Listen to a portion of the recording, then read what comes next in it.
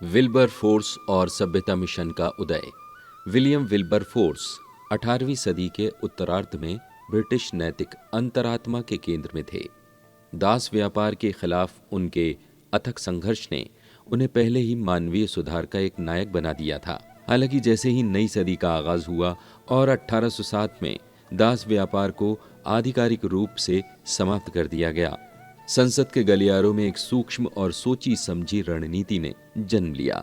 British कल्पना में साम्राज्य को नैतिक और सुरक्षित बनाए रखने के लिए वैश्विक जुड़ाव के मुख्य घोटालों को ब्रिटिश रिकॉर्ड से मिटाना और उन्हें अनिवार्य रूप से उपनिवेशित प्रजा पर ही मढ़ना आवश्यक हो गया था। विल्बरफोर्स इस परिवर्तन के प्रतीकात्मक नेता बन गए, जिन्होंने अपना ध्यान अटलांटिक की बेड़ियों से हटाकर भारतीय रीति रिवाजों की कथित बर्बरता पर केंद्रित कर दिया।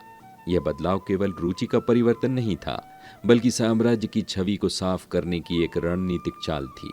जहां एडमंड बर्ग जैसे दिग्गजों ने दशकों तक ईस्ट इंडिया कंपनी के नवाबों की अंग्रेजी जातियों और निजी भ्रष्टाचार के खिलाफ आवाज उठाई थी, वहीं विल्बरफोर्स ने भारत को सांस्कृतिक घोटाले की भूमि के रूप में पेश करने में मदद की।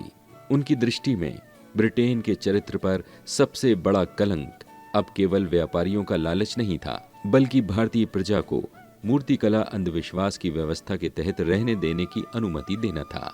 अपने साथी इंजीलवादी चार्ल्स ग्रांट के साथ मिलकर विल्बरफोर्स ने तर्क दिया कि ब्रिटिश शासन को तभी उचित ठहराया जा सकता है जब वह ईसाई सिद्धांतों पर आधारित सिविलाइजिंग मिशन को अपनाए। इस अभियान का चरमोत्कर्ष 1813 के चार्टर नवीनीकरण बहस के दौरान हुआ। विल्बरफोर्स और ग्रांट ने पवित्र धारा अथवा पियोस क्लॉज को शामिल करने के लिए लड़ाई लड़ी, जो एक ऐसा जनादेश था जो कंपनी को अपने क्षेत्रों में मिशनरी गतिविधियों की अनुमति देने और समर्थन करने के लिए मजबूर करता था। विल्बरफोर्स की भाषा अत्यंत कठोर थी। उन्होंने भारतीय समाज को ब्रिटिश समाज के मौलिक और अनिवार्य रूप से विपरीत बताया। उन्होंने हिंदू व्यवस्थाओं को तुच्छ, अनैतिक और क्रूर करार दिया।